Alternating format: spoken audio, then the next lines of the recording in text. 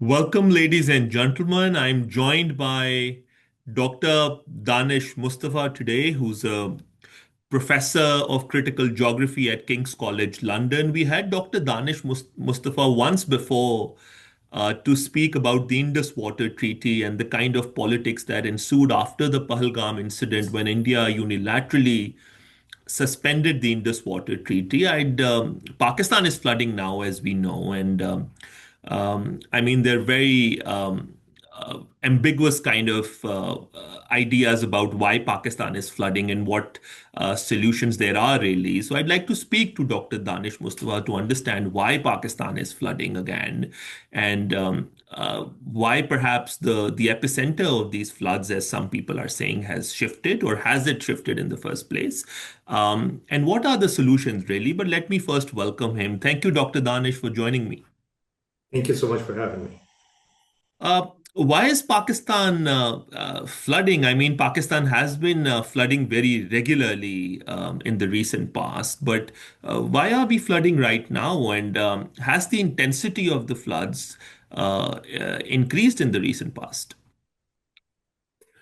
I'm not sure. I mean, Pakistan flooded in 1956, 1958, 1973, 1976, 1988, 1992, 2010, 2022, 2024, I think, and 2025 again. There's a flood season, and when sometimes you get exceptionally high floods, I think that these floods are, in Punjab at least, are comparable to the 1988 floods. Now, I haven't looked at the exact numbers, the acoustic here, acoustic there, sort of a thing. But it seems to me that in the 21st century, we have a higher frequency of very intense floods, but I have not done time series analysis at specific points of where the flooding has been reported. But I know for a fact that in Ravi and Satluj, 1988 floods were comparable. So, so you're saying that there isn't like a specific pattern that we could sort of identify based on what data points we have. Well, I mean, not on the physical side. I mean, I'm sure perhaps you could if I had the data available and I could take a look at it and do a bit of time series analysis, which I have not done. So why would I make stuff up? but I, Yeah. but I know that 1988 floods were quite comparable in Ravi and Satluj to what we are seeing today. Hmm. Uh, Now, whether there is a trend, yes, there is a trend. There's greater losses, much greater losses. Why are there more losses? Because there are more people living in the floodplain. There's greater urbanization of the floodplain and certain other factors that are at play over here. Certainly not unrelated to the real estate boom that we've been witnessing for the past 20, 25 years is not separate from the kind of pattern of damage that we are observing. Now, whether the actual volumetric flows are exceptional or different as they are experienced in Pakistan, as I said, 88 floods were probably comparable, but I'd have to go back and look at the numbers and actually give you a definite answer on that one. I think the How do you variation. compare how do you compare it to the 2022 floods, which were like much talked about, reported in the media a lot, and then there were more sort of loss and damage assessments in 2022 than there are now, but 2022 floods were completely different. yeah. 2022 floods were because you had immense precipitation, southern monsoon in Sindh and Balochistan. Hmm. So the rivers were not in flood. It was the floodplains outside of in the river valley that had immense amounts of rain, and the waters that accumulated in the floodplain had no way of getting back into the Right. river, if you will, Right. in Sindh. Yeah. And those were primarily limited to Sindh and Balochistan. These ones are limited to Punjab, primarily, Chenab, Ravi, and Satluj. Indus is not in flood. Right. So, different location, different place. So so if one looks at the causal side of these two floods, do you see something in common that, or something we're doing wrong that we're flooding? Um, I mean, you talk about the floodplain or urbanization or the development of some kind of real estate in Punjab across on the floodplain. Do you see similar causes in the 2022 flood, or do you think that, As I said, they were completely different. Okay. 2022 floods were because you had exceptional precipitation in Sindh and Balochistan, Right. right? In Balochistan alone, I believe up to 25 to 28 dams were swept away because of intense rainfall. Mm. And in Sindh, you had intense rainfall in the floodplain all over Sindh. And in Sindh, the Indus River, which is the main drainage of the area, is levied on both sides. So there are walls that take it all the way down to the sea, if you will. Right. So the water accumulated in the plains around the river. The river was not in flood. The Yeah. river was flowing as normal, but Yeah. everywhere around it was completely flooded. So then the question was how to get the water out of the floodplain into the river to go away out to the sea. That was the issue over there. Completely different. And Punjab was relatively untouched at the time. Barring some local level flooding in KP, in Swat, and those sorts of places in mountains, different phenomena altogether. But Punjab did experience unusual precipitation this year also, right? So in terms of precipitation, do you see like major differences? Again, I'll have to look at the data, which I have not. Okay. And it's not like the Met Department is forthcoming or the Irrigation Department is forthcoming with putting the data on the website for you to take a look at and do some Yeah. time series analysis. You have to walk into the irrigation headquarters and then go around 15 different offices and get no for an answer before you get anything. And then again, the question also arises, how useful is that data? Because we know that gauge reader, every single gauge reader in the irrigation department has another job besides gauge reading. Yeah.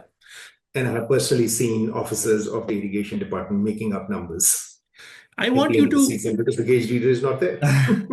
but I I mean, we know want, the internal story, so yeah. let's not get ourselves. Yeah, definitely. But I want you to clarify this at least for my audience. Is there an India role in all of this? I mean, I'm sure you've seen the news and seen the memes also, but Well, India's role is insofar as that they're as stupid as we are, yeah, perhaps more. So they bought into this whole story of basically water projects being financed in Washington, designed in Netherlands, and implemented in India and Pakistan. That's the right, story, right? right, So they went for the same sort of a model as we did, which was basically about building dams and canals and irrigation infrastructures and trying to treat rivers like circus animals, doing tricks for them. Well, rivers are not circus animals. And every once in a while they go crazy. And not they don't go crazy, they do what they do. They move, they have flood pulses, they have all of that. So I have repeatedly said to everyone that the whole colonial paradigm of water management has essentially has engineered away low to moderate level floods. hmm, Low to moderate level floods have been engineered away. They just don't happen. We don't let them happen, hmm, right? hmm, But the upshot of it that is that every time there is a high flood, because of our engineering, river engineering, we turn high flood into a very high flood and a very high flood into a catastrophic flood, precisely because of river engineering. So every infrastructure on the river that you build, typically that is built for a 100-year flood event. Sometimes if you have lots of money, you can build something for 500-year flood event. And sometimes if you have unlimited amounts of money, you build it for a 1,000-year flood event, right? So India built its dams, Pong, Hakra, Nangal, in the headwaters of the Ravi, Satluj, and Beas back in the 1960s, based upon a very limited time series of flow data that they had. And from that, they extrapolated what the 100-year flood event is going to be and so on. So every infrastructure that you build will have a safe design capacity. And there will always be a probability 1%, 2%, 5%, 10%, whatever the case may be, whatever the design parameters are, that safe design capacity will be exceeded. And if it is exceeded, then either you let the infrastructure go, which can be catastrophic, or you open up the gates and let the water flow and undertake removal of the levees in the upstream of the barrages to relieve the pressure on the infrastructure that you have. So when the flow is exceeded, when Hakra, Nangal, and Pong dams safe design capacity is exceeded, which it was in this particular case, which it does every once in a while, they have to release the water. And when they release the water, there's 200 to 300 kilometers of very densely populated, as densely populated as Pakistan, the Indian territory in the way. So you don't get the worst of it. The worst of it, India gets the worst of it before it hits Pakistan. And in this particular case, they even lost the Harike barrage as a result of it. I think it's probably one of the first times that, first or second times, because I know that during the 2022 floods, we lost a lot of infrastructure that we don't like to talk about. But in case of India, what I understand is this is one of the first occasions they've actually lost irrigation infrastructure from a flood event. I was listening to Dr. Hassan Abbas, a water expert based in the US the other day. And No, he's based out of Wakand in Pakistan. now, Yes, okay, he lives in Wakand. he lives in Wakand. He's Okay. US trained, but he lives in Wakand. Okay, yeah. I know that he was at Michigan State University, or he was perhaps trained there at one point, right? Yeah, he got his PhD from there in hydrogeology. Right. So his idea was that he was on a media channel and he and Dr. Taimur Rahman had this very contentious kind of a debate about this. Taimur Rahman is not a water expert, and Dr. Hassan wanted to press this that, his solutions are ridiculous. But Dr. Hassan basically said something that stayed with me, and he said that you have to let the waters flow. And Mhm. while Taimur Rahman kept saying that, and he said that you have to, build storage capacity, whereas Dr. Taimur Rahman said that you cannot build dams. I mean, dams are not the ultimate solution. And Dr. Hassan then said that um, you have to use the aquifers that Pakistan has, both, I think one of the two, either terrestrial or the riverine. I'm not a water expert, but I tend to forget this. Mhm. But he said that you have to let the water flow, and that's the only way you could manage it, and then use the aquifers. How do you see that as a solution? I agree with him. I agree with Dr. Hassan Abbas. He's talking sense, he's talking science, he's talking reality. Right. Today, 80% of your crop water requirements are met by groundwater Hmm. in fresh groundwater zones, Hmm. right? Now, Right. this is a reality that WAPA hates, as does the irrigation department. Yeah. See, you have to understand that your irrigation system is designed for 64% cropping intensities, right? Yeah. What 64% basically means is that you will plant third of your land. If you have 4 acres of land, you'll plant 1 acre of land for 2 seasons. Right. Okay. Sorry. If you have 3 acres of land, you'll use a third and a third. Does that make sense? For 2 seasons, Right. or 2/3 for 1 season? Right. That's the assumption. Right. That's the assumption that the British went with. And that's the assumption that the entire irrigation system is designed for. If you plant 100% of the land for 2 seasons, then you've got 200% cropping intensities. Does that make sense? Yeah. If you plant 100% of the land for 2 seasons, that's 200% cropping intensity. Mhm. That's the Yeah. maximum cropping intensity you can have for two growing Right. seasons, right? Right. The system is designed for annual 64% cropping intensity. Hmm. That's the obligation of the irrigation department to deliver water, Right. right? Now, today you would agree with me that if you go into rural Punjab or rural Sindh, what you'd find is cropping intensity of up to 100, 150%, Hmm. right? I mean, very few farmers would be doing a third of their land Yeah. for 1 season or 2/3 of their land for just 1 season. Right. Would you agree with me on that? Yeah. Yeah. So where is the extra water coming from?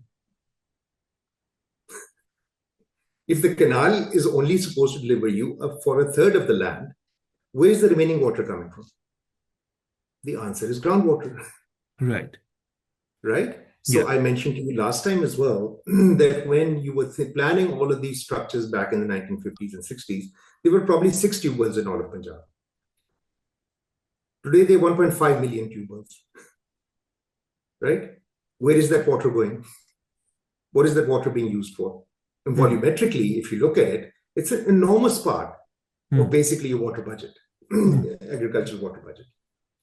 But that's something that we never talk about, that no institution ever governs, regulates, plans for, or does anything. There's no even legislation. Only Balochistan probably has a groundwater legislation on the books. Neither Sindh nor Punjab nor KP has anything about groundwater. If you have the money, buy a tube well, drill it in, and off you go. So does the fact that we're overpressing on groundwater resources, does that indicate that our aquifers are also stressed? Okay. Aquifer stress is an interesting concept. On the one hand, when you're talking about uh, aquifers along the, like in Lahore district, Sialkot district, Kasur district, adjoining Indian Punjab. In Indian Punjab, electricity is free for Hmm. agricultural tubers. Right. So the kind of catastrophic damage that they are doing today to terrestrial tube wells is something that has an impact upon the border districts. So someone in Kasur says to you, oh my God, my water is going down. Yes, their own over abstraction is a part of the story, but a big part of the story is India, something that no one ever talks about, Yeah. right? Second thing is that when you're talking about internal terrestrial groundwater systems, tube well extraction is a big part of the picture, but that's a part of the picture that is very easily solvable. Hmm. The reason it is not solved is because of political reasons. So is Pakistan generally water stressed? Do you think Pakistan is what? I mean, we get so much precipitation. All this water keeps coming in every year. We are flooding.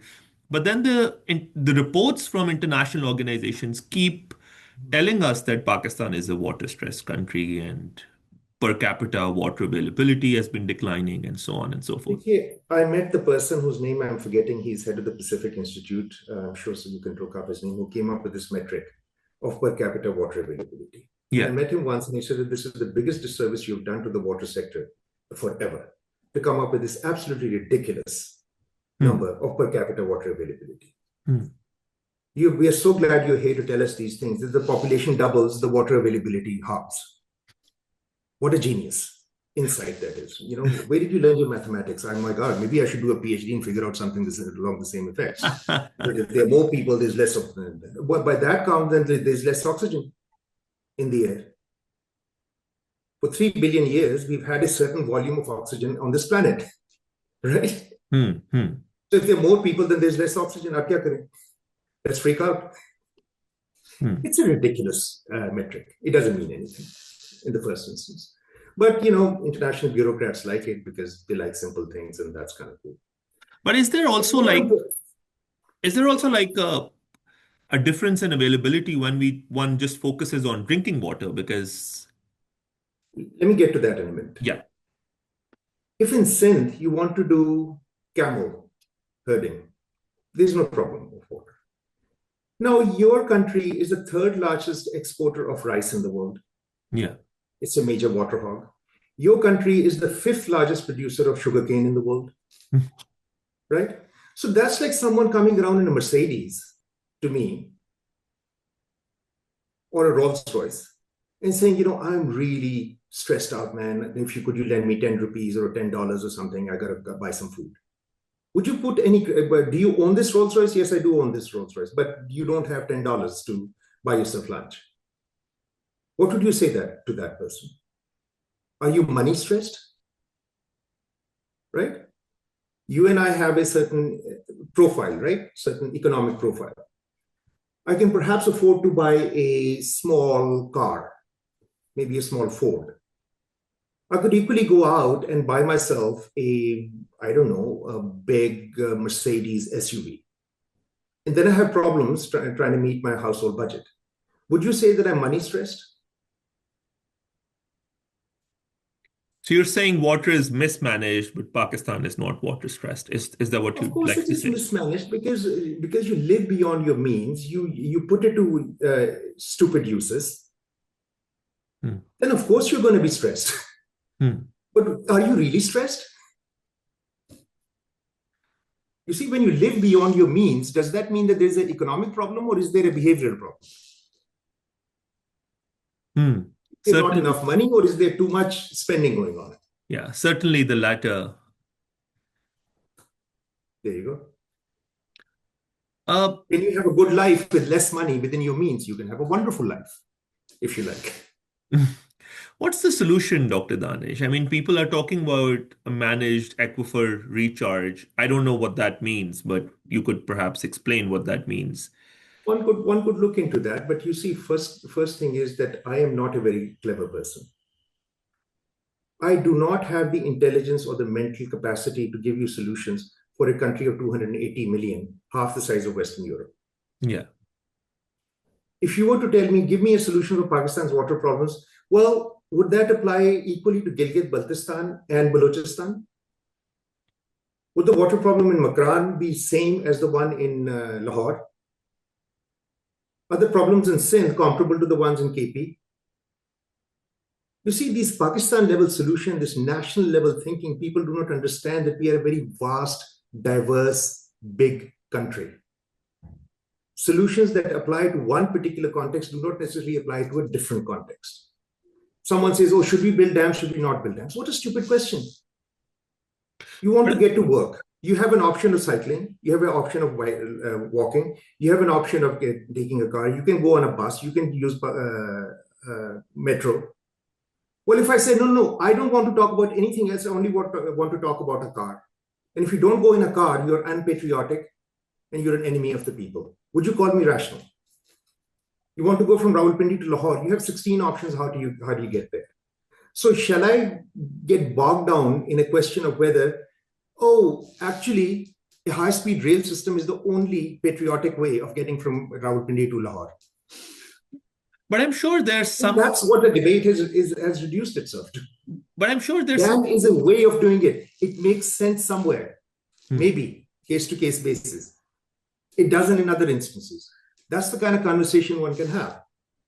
Groundwater recharge. Yes, it makes sense in a certain place. You want to do groundwater recharge in Toba Tek Singh, it's got saline groundwater. It's got waterlogging in Silindri. Don't do groundwater recharge there.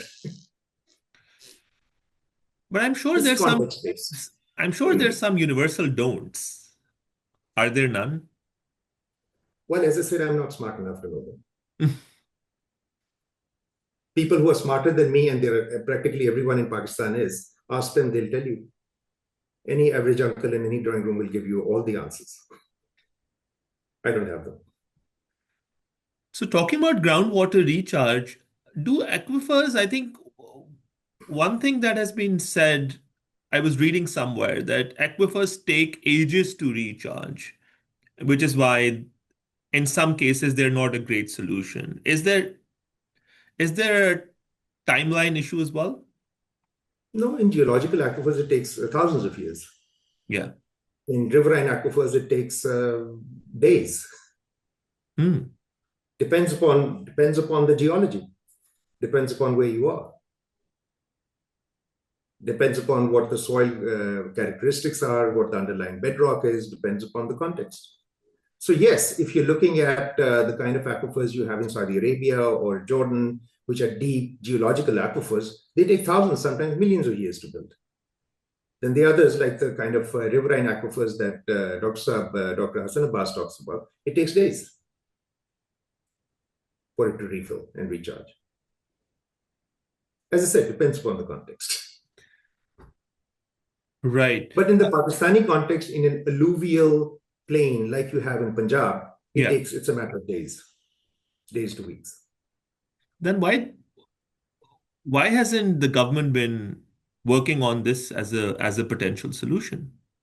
I mean, Because you it's a don't need to it's a work on it. political question, but Because you don't need to work on it. You leave it alone, it'll do by itself. You don't need to work on it.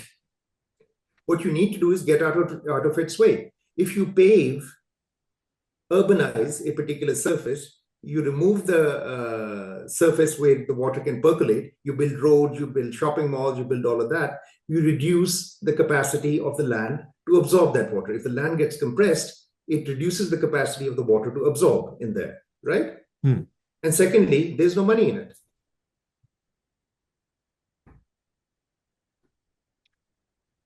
It doesn't cost you anything. So what do we do now? Get rid of all this infrastructure that we've so painstakingly built What along the infrastructure have you riverbed? built? What do we do? What have you built?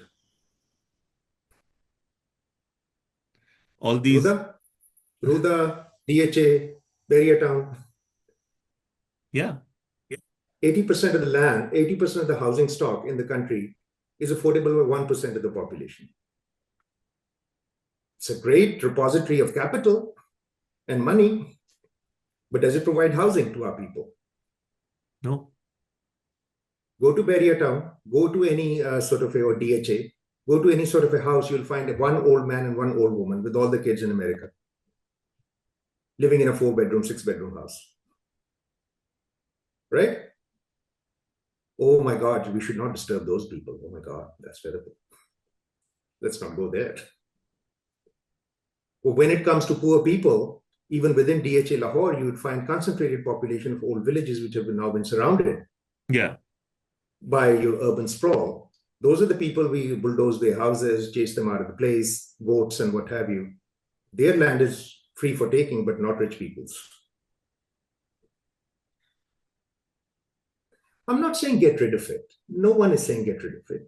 One is saying that there is a certain pathway that the country has chosen. The pathway is that we are replicating the worst excesses of the worst model of urban development in the history of humanity, and that is the American model, which is based upon an automobile-dependent urban sprawl.